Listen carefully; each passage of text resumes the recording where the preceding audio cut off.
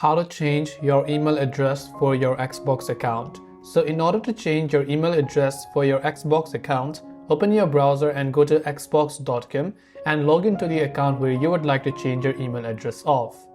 Click on your profile icon from the top right hand side and go to the option called My Microsoft Account. From My Microsoft Account, you're going to be taken to this page. From the top left, go to the option called Your Info. From Your Info, you're going to land on this page, and under Account Info you can see email address.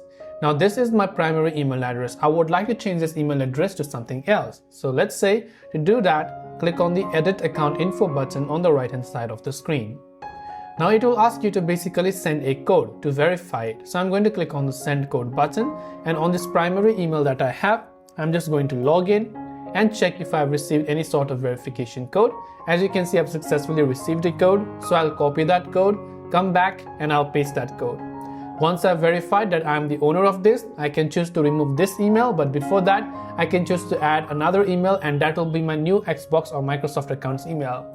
Now the problem over here is that if this is my current email address, right, and it's linked to my Microsoft account, or maybe you have an Outlook account in this case which you had added, if you had a subscription like a Spotify subscription, Netflix subscription on that email, then those will not be recoverable because you have changed the email. But Netflix and Spotify does not know that you have changed the email if it was Outlook or Microsoft email, I'm saying.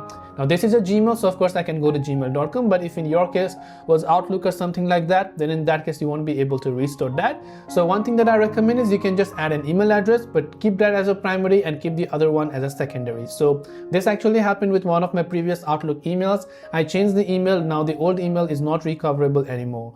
So I hope this video helped you understand. If you have any questions, feel free to leave them down. Thank you for watching and see you in the next video.